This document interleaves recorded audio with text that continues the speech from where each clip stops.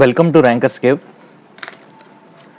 ఈ వీడియోలో మనం ప్రిలిమినరీ ఎగ్జామినేషన్ని సింపుల్గా, స్మార్ట్ వేలో, ఇంటెలిజెంట్గా ఎలా క్లియర్ చేయాలో చూద్దాం. చాలామంది ఈ ప్రిలిమినరీని ఒక పెద్ద హడల్గా ఫీల్ అవుతుంటారు. ఇయర్స్ ఆఫ్ ఎఫర్ట్స్ కూడా వేస్ట్ అయిపోతూ ఉంటాయి సిల్లీ మిస్టేక్స్ ద్వారా. కానీ కొంతమంది తక్కువ టైంలోనే కంఫర్టబుల్గా క్లియర్ చేస్తారు by knowing few tips, simple tips తెలియక చాలామంది ఇయర్స్ని వేస్ట్ చేస్తుంటారు. ఈ టిప్స్ అనేవి నేను ర్యాండమ్గా చెప్పేవి కాదు, నేను నా పర్సనల్గా ఇంప్లిమెంట్ చేసినవి. దాని ద్వారా రిజల్ట్స్ పొందా కూడా. నేను 5 యూపీఎస్సీ ఇంటర్వ్యూస్ ఇచ్చా, ప్రతిసారి కూడా ప్రిలిమినరీని కంఫర్టబుల్ వేగా క్లియర్ చేశాను. కట్ ఆఫ్ కన్నా 10 to 15 marks all the time నేను ఎక్కువ స్కోర్ చేశాను. నేను శ్రీనివాస్ 5 యూపీఎస్సీ ఇంటర్వ్యూస్ ఇచ్చాను, ఐటీ సెక్టార్లో వర్క్ చేశాను, సెంట్రల్ గవర్నమెంట్లో, స్టేట్ గవర్నమెంట్లో కూడా వర్క్ చేశాను. With this experience I want to share few tips which benefited me. I also feel that you also will get some benefit out of it. Let's start this session. Mundu nature of civil services. Civil services is not only about knowledge, it is about skill. మీరు కొంతమందిని చూసుంటారు, first ఇయర్లో, second అటెంప్ట్లోనే clear చేసేస్తుంటారు. కొంతమంది years together struggle అవుతారు. ఎందుకంటే ఈ skills ఉండడం వల్ల, స్కిల్స్ అనేది కీ రోల్ ప్లే చేస్తుంది. కానీ కోచింగ్ ఇన్స్టిట్యూట్ వాళ్ళు నాలెడ్జ్ని చెప్తారు, ఈ స్కిల్స్ ఆస్పెక్ట్ని మర్చిపోతుంటారు. ఎందుకంటే వాళ్ళకి టైం అవైలబిలిటీ లేకపోవడం వల్ల. మీరు నాలెడ్జ్ అనేది 2 ఇయర్స్లో ఆర్ 1 ఇయర్లో ఈజీగా నేర్చుకోవచ్చు, కానీ స్కిల్స్ నేర్చుకోకపోవడం అనేది చాలా ఇబ్బంది. ఫండమెంటల్స్, మన ఎడ్యుకేషన్ సిస్టంలో ఫండమెంటల్స్ సరిగ్గా లేకపోవడం వలన మనకి ప్రాపర్ డ్రాఫ్టింగ్ స్కిల్స్ ఉండవు, ప్రాపర్ కాంప్రిహెన్షన్ స్కిల్స్ ఉండవు. దీనివలన సివిల్స్ క్లియర్ చేయడం అనేది టఫ్గా మారిపోతుంది. సో అలాంటి స్కిల్స్ ప్రిలిమినరీకి కూడా కావాల్సి ఉంటుంది. అవేంటో మనం చూద్దాం. ఫస్ట్ థింగ్, ఏ స్కిల్స్ కావాలి సివిల్. ఇది ప్రిలిమినరీ ఎగ్జామ్ అనేది not only about hard work, it is about smart work. ఎవరైతే స్మార్ట్ వర్క్ చేస్తారో వాళ్ళు మాత్రం ఈజీగా క్లియర్ చేయగలుగుతారు. Whatsoever your hard work may be, you will be doomed to be failed if you don't apply these smart ways and these skills in your examination. First such one is common sense. It is often said that common sense is not so common.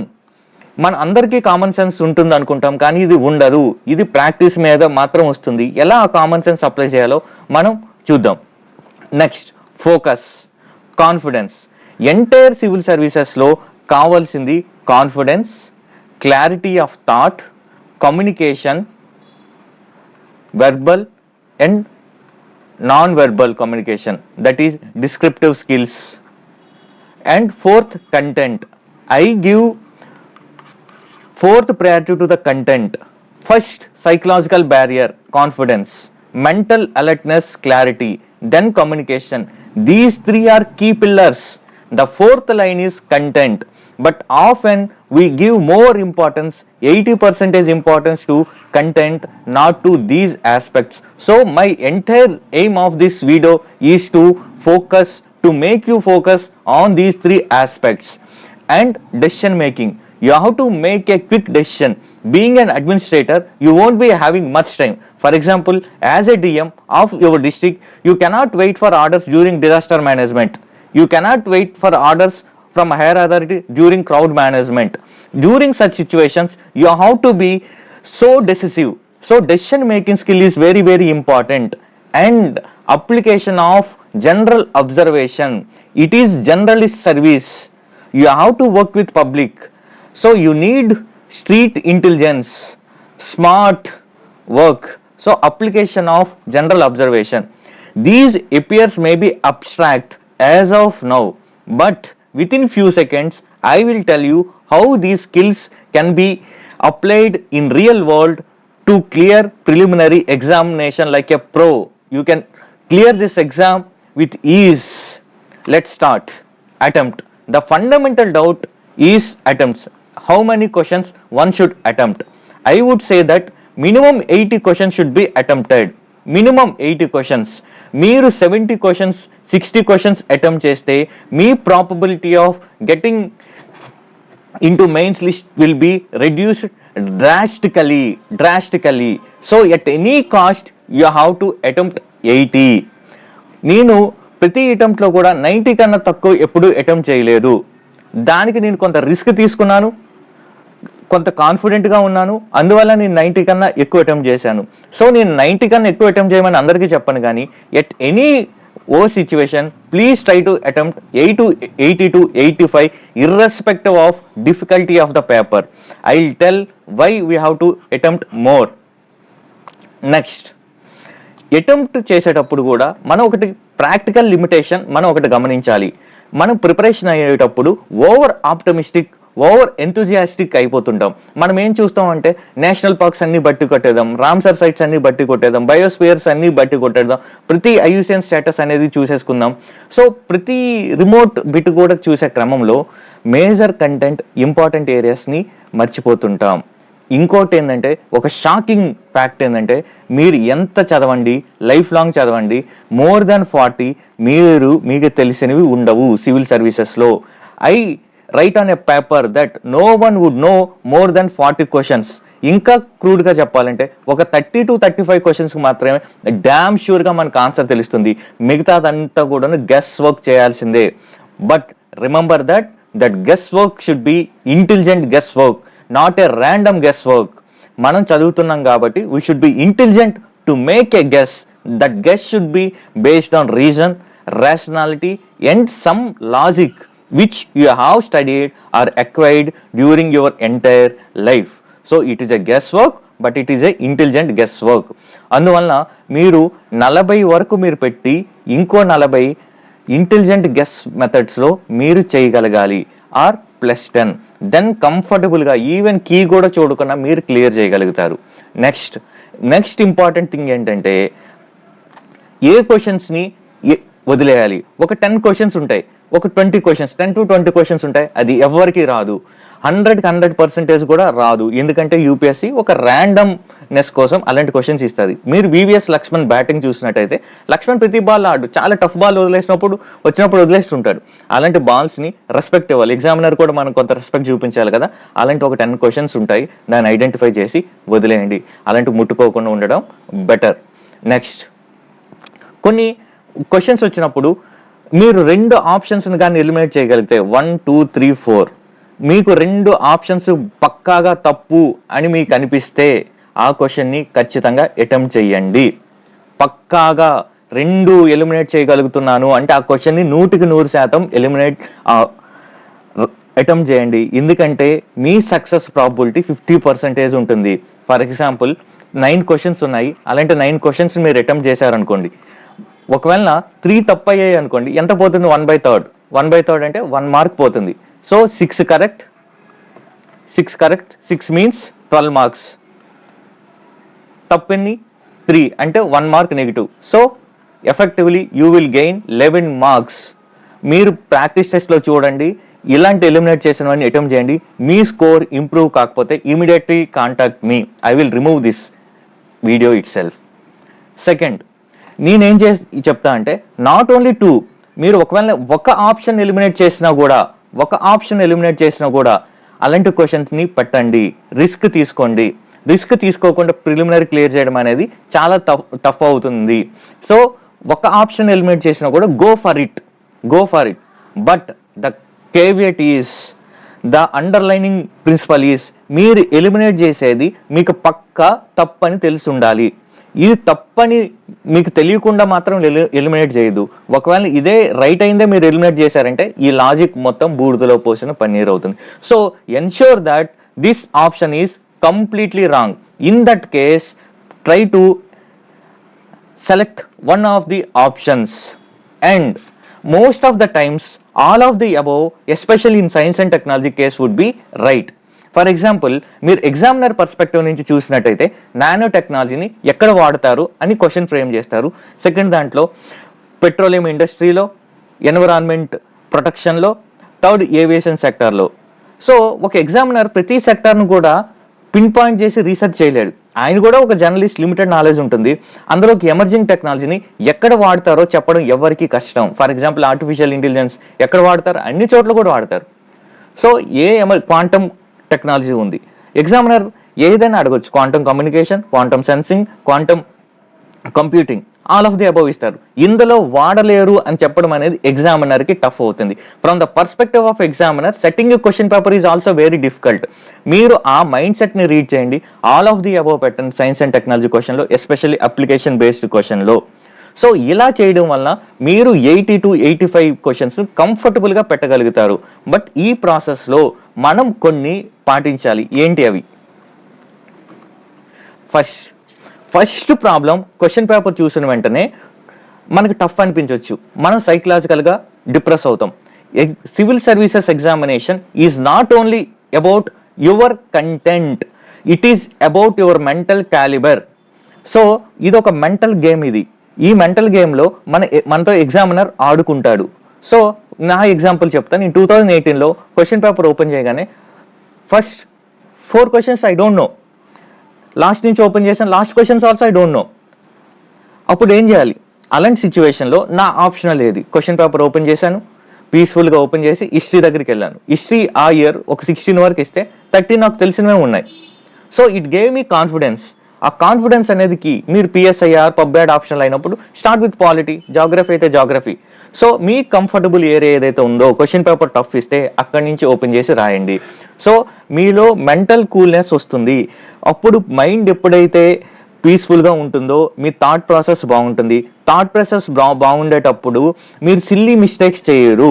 Silly mistakes వల్లనే చాలామంది నేరోగా examination clear చేయకుండా ఉంటున్నారు.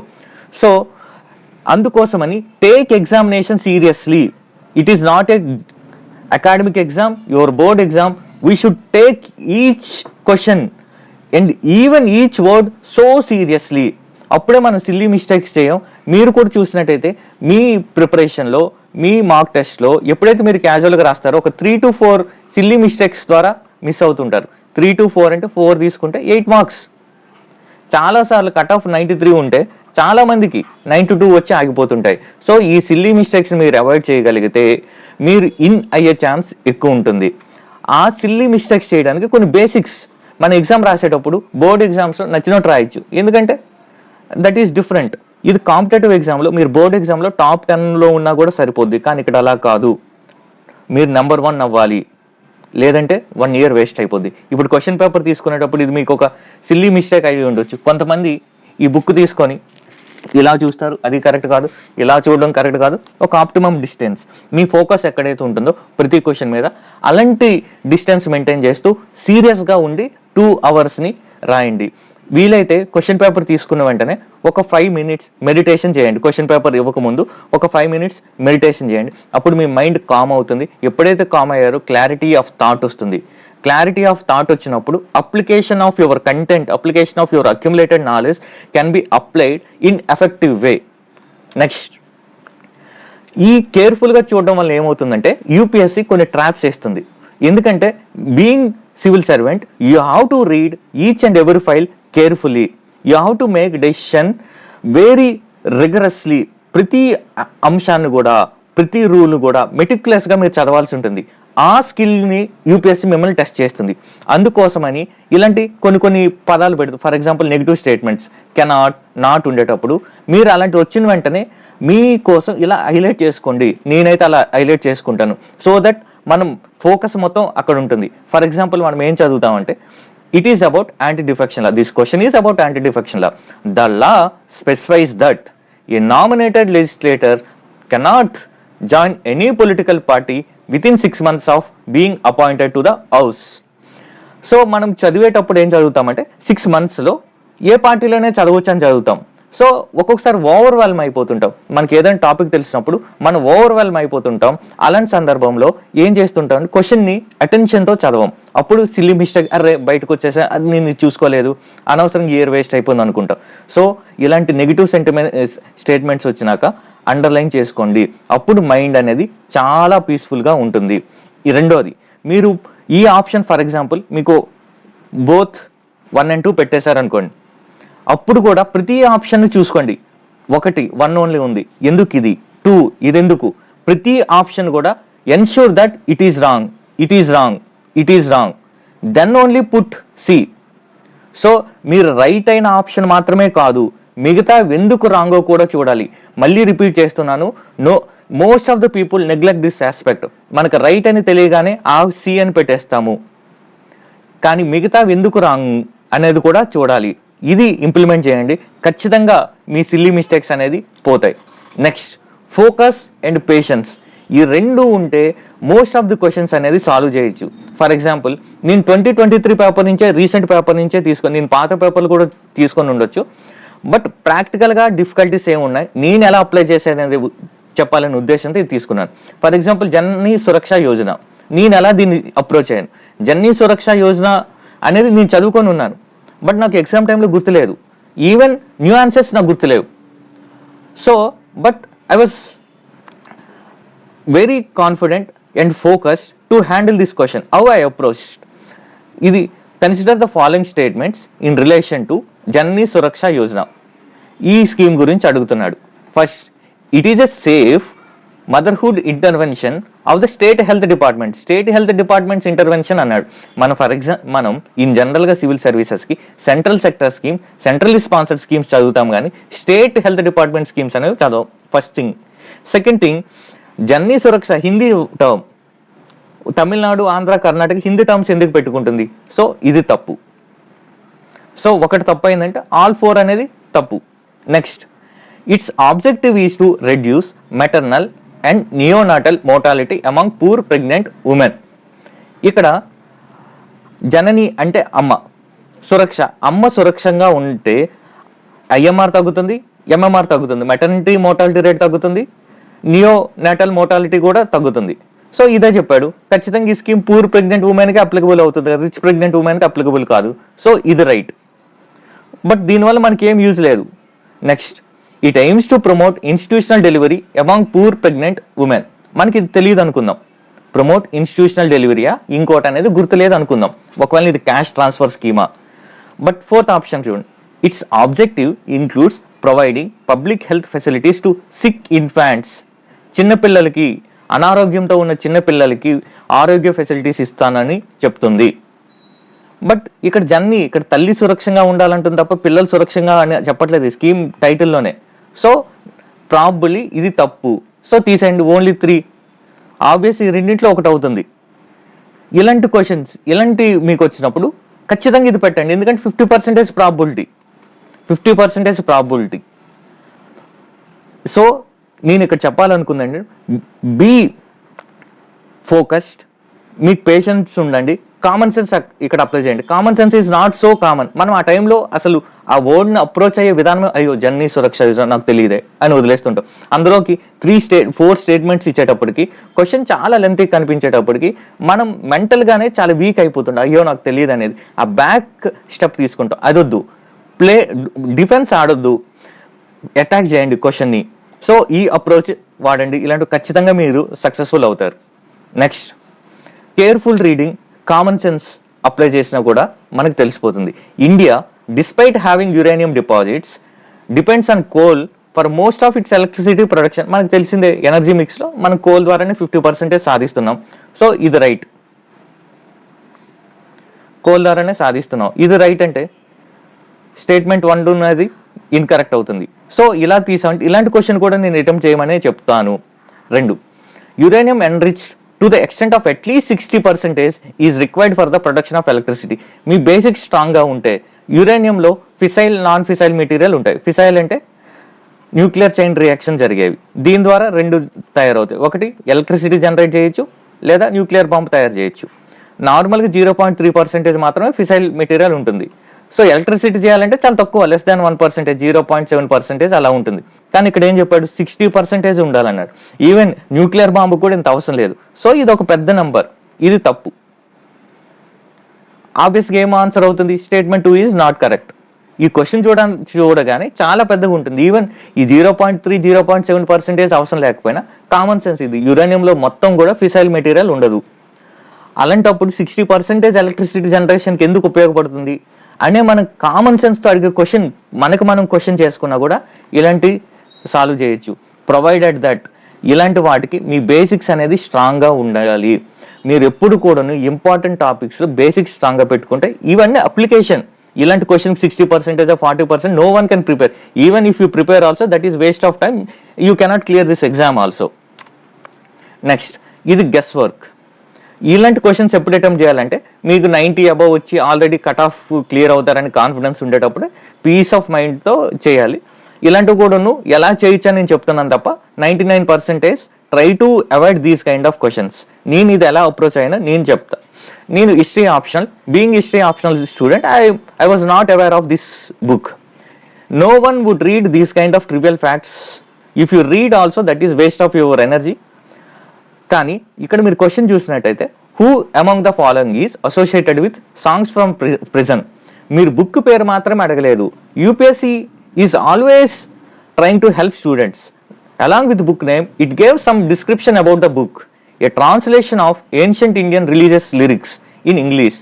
Ancient India religious లిరిక్స్ని translate చేశారంటే ఈ బుక్లో. So మన options చూద్దాం. ఆప్షన్ చూసేటప్పుడు నేను ఎలా ఆలోచించానంటే Jawaharlal Nehru discovery of India is a more into science, scientific man, socialistic attitude. So తను పెద్దగా రాయలేదు ఇలాంటి. సో నెహ్రూ తప్పు. తిలక్ ఇలాంటి వర్క్ చేయలేదు, ఎస్పెషల్లీ జైల్లో ఉండేటప్పుడు, మ్యాండలే జైల్లో ఉండేటప్పుడు తిలక్ అనేది తప్పు. Next, Sarojini Naidu, Mahatma Gandhiji. Sarojini Naidu long term జైల్లో ఇంతసేపు లేదు. And more over it is about religion. Gandhiji is a spiritual person. Is more into intellectual debate. Hind Swaraj, my experiments with truth, చాలా బుక్స్ రాశారు. ఆయనకు రాయడం అనేది చాలా అలవాటు. సో ఆయన జైల్లో ఉన్నారు, చాలాసార్లు జైల్లో ఉన్నారు, అది కూడా లాంగ్ పీరియడ్ కూడా జైల్లో ఉన్నారు. అలాంటప్పుడు high probability that Gandhiji would have return this book. అలా నేను లాజికల్గా దీన్ని ఇన్ఫర్ చేసుకొని పెట్టాను. బట్ మీ ఆప్షన్లో లేదంటే మీ దాంట్లో కనీసం 2-3 క్వశ్చన్స్ ఇలాంటివి ఉంటాయి. యూపీఎస్సీ ఎక్స్ట్రా ఇన్ఫర్మేషన్ ఇస్తుంది. బట్ కామ్గా, కూల్ అండ్ కంపోజ్ మైండ్తో ఇలాంటివి పెట్టాలి. బట్ ఇలాంటివి వదిలేసినా కూడా ప్రాబ్లం లేదు. ఇంకోటి కామన్ అబ్జర్వేషన్. ఈ మధ్యన ఒక ట్రెండ్ ఏమైందంటే కోచింగ్ ఇన్స్టిట్యూట్లో Jainism, Buddhism, national parks, IUCN names PhD చేసేటట్టు ఇస్తున్నారు. But no need to do PhD. ఇవి కామన్ సెన్స్ గానే అడుగుతున్నారు. 1 or 2 years ఏదైనా టఫ్ ఉంటే వదిలేండి, అది అబ్రేషన్స్ మాత్రమే. For that you know need to prepare in depth about philosophy behind Jainism and Buddhism. This is simple. The question appears to be lengthy and tricky one, but it is a simple one. For example, ఈ question ఏం చెప్తుందంటే soul ఉంటుంది, ఒక ఆత్మ అనేది ఉంటుంది. ఎవరికి ఆత్మ అనేది ఉంటుంది? యానిమల్కి, ప్లాంట్ లైఫ్కి. మనకు తెలుసు souls are not only the property of animal and plant life but also of non living things like rocks, running water and many other natural objects. వీటిని not looked on as living by other religions. Other religions అనేది వాటి లివింగ్గా చూడట్లేదు, రాళ్ళని, వాటర్ని చూడట్లేదు. కానీ ఒక religion మాత్రం చూసింది. మనం కామన్గా చూస్తే శైవిజం, వైష్ణవిజం కాదు, ఇది ఎలిమినేట్ చేస్తాం. బట్ ఈ రెండింటిలోనే ఈ క్వశ్చన్ పెట్టాలి. ఈ రెండింటిలో నుంచి ఏది ఎలిమినేట్ చేయొచ్చు? బుద్ధిజం అనేది మిడిల్ పార్ట్ తీసుకొని ఉంటుంది. మీరు జైనిజం తీసుకుంటే జైన్స్ అగ్రికల్చర్ చేసేటప్పుడు చాలా వాటికి హాని కలుగుతుందని వాళ్ళు more into merchant activities, merchant క్లాస్గా ఉంటారు. ఈవెన్ వాళ్ళ డ్రెస్సింగ్ ప్యాటర్న్ కూడా ప్రతిది కూడా ఎక్స్ట్రీమ్స్లో ఉంటుంది. సో ఎవరికి హాని చేయకూడదని. సో మీరు ఈ లాజిక్ వచ్చినట్టయితే జైనిజం అనేది పెట్టేస్తారు. మీరు కరెక్ట్ ఉండాలని నేను చెప్పట్లేదు. I'm not telling the right answer, read that book, read this book. I'm telling that use your common sense, use your knowledge which you acquired over the period. So ఆబ్వియస్గా ఈ రెండిట్లో high probability జైనిజంకి ఇస్తారు. So అంతే. ఆ క్వశ్చన్కి అంతకు మించి మీరు జైనిజం, ఫిలాసఫీ, ఆత్మ ఏంటి, ఆత్మ ఏమవుద్ది, అవన్నీ అవసరం లేదు. నెక్స్ట్, విత్ ఎక్స్ట్రీమ్ స్టేట్మెంట్స్ ఉండేటప్పుడు కేర్ఫుల్గా చదవండి. ఎక్స్ట్రీమ్ స్టేట్మెంట్స్ ఉండేటప్పుడు మీరు ఈజీగా పెట్టగలుగుతారు. ఫర్ ఎగ్జాంపుల్, ఈ క్వశ్చన్ చూస్తే కోల్ బేస్డ్ థర్మల్ ప్లాంట్స్ గురించి అడిగాడు. With reference to coal based thermal power plants in India consider the following statements. ఇప్పుడు ఒక థర్మల్ పవర్ ప్లాంట్స్ గురించి ఎగ్జామినర్ పిహెచ్డి చేసి ఉండడు. ఖచ్చితంగా ఎన్టీపీసీ ఇంజనీర్ని ఇచ్చి సివిల్ సర్వీస్ క్వశ్చన్ పేపర్ చేయమని అడుగుండరు. ఆయన కూడా ఒక జర్నలిస్ట్. మోర్ ఓవర్ ఈ యూపీఎస్సీ ఇచ్చే డబ్బులకి ఎవరు పిహెచ్డీలు చేసేసి క్వశ్చన్ పేపర్ తయారు చేయరు. ఉన్న దాంట్లో బెస్ట్ ఇవ్వాలని ట్రై చేస్తారు. ఇక్కడ చూస్తే with reference to coal based thermal power plants none of them uses sea water. అది చెప్పడం చాలా కష్టం. సీ వాటర్ వాడుతున్నారా లేదా అనేది అన్నిటిలో కూడాను ఆయన ప్రతి న్యూ థర్మల్ పవర్ ప్లాంట్ని కూడా రీసెర్చ్ చేసి ఉండాలి. Less likely. సో ఇది మోస్ట్ ప్రాబబ్లీ తప్పు అయి ఉండొచ్చు. Next, none of them is set up in water stress district. అది చెప్పలేము. ఇండియాలో చాలా వాటర్ స్ట్రెస్ డిస్ట్రిక్ట్స్ ఉన్నాయి, ఎక్కడ కూడా గవర్నమెంట్ రిలీజ్ చేసి ఉండదు ఈ వాటర్ స్ట్రెస్ డిస్ట్రిక్ట్ ఇది, దీంట్లో థర్మల్ పవర్ ప్లాంట్ లేదు అనేది. ఫర్ ఎగ్జాంపుల్ రాయలసీమ తీసుకుంటే కడప డిస్ట్రిక్ట్లో ఉంది. సో ఇది ఆబ్వియస్గా తప్పు. None of them is privately owned, అది కూడా తప్పు. ఇలాంటి ఎక్స్ట్రీమ్ స్టేట్మెంట్స్ ఉండేటప్పుడు, చూడడానికి కష్టంగా ఉండేటప్పుడు కానీ ఈజీ, అన్నీ ప్రైవేట్ ఉన్నాయా లేవా అనేది ఇలాంటి పెద్ద టాపిక్ నుంచి చెప్పడం అనేది చాలా కష్టం అవుతుంది. సో ఇలాంటి వాటికి ఆల్ ఆఫ్ ది దమ్ పెట్టండి. ఈ చెప్ప 100లో 25% తప్పు పోయినా పర్వాలేదు, 75% రైట్ అయితే మీకు అది సరిపోద్ది. అంతేగాని సివిల్ సర్వీసెస్లో నాకు అక్యురేట్గా అప్రాప్రియేట్ ఆన్సర్ తెలిస్తేనే నేను పెడతాను అంటే it is less likely that you will clear preliminary examination. This is hard truth. Trust me, or talk to any topper or any of your friends or seniors. They would suggest that take always intelligent guess. Next, all of them. Earlier I said that మన examiner perspective నుంచి చెప్పడం చాలా కష్టం. For example green hydrogen ఉంది, green hydrogen is replacing fuel. ఆ fuel ఎక్కడెక్కడ వాడతాము, ఎనర్జీలో వాడతాం, ప్రతి చోట కూడా దీన్ని వాడచ్చు. For example fertiliser plants, oil refinery, steel plants. ఇక్కడ వాడలేరు అని ఎగ్జామినర్కి ఎలా చెప్పగలుగుతాడు, చెప్పలేడు. So all three. And most importantly the deadly player ఈ సీసాట్. రీసెంట్ టైమ్స్లో లాస్ట్ ఇయర్ కొంచెం ఈజీ అయింది, అదర్వైజ్ బిఫోర్ 3 years అనేది సీసాట్ అనేది చాలా చాలా డిసైడింగ్ ఫ్యాక్టర్. నేను 1 year లైట్ తీసుకున్నాను, it costed me 1 year. I'm victim of CSAT.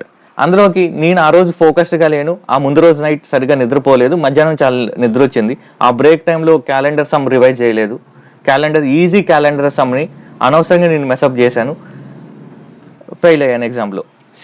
ఆ ఇయర్ జిఎస్ పేపర్ అనేది రిలేటివ్గా టఫ్ ఇచ్చాడు, still I scored 116. Comfortably I cleared preliminary examination. Hardly I prepared for 30 days like that only.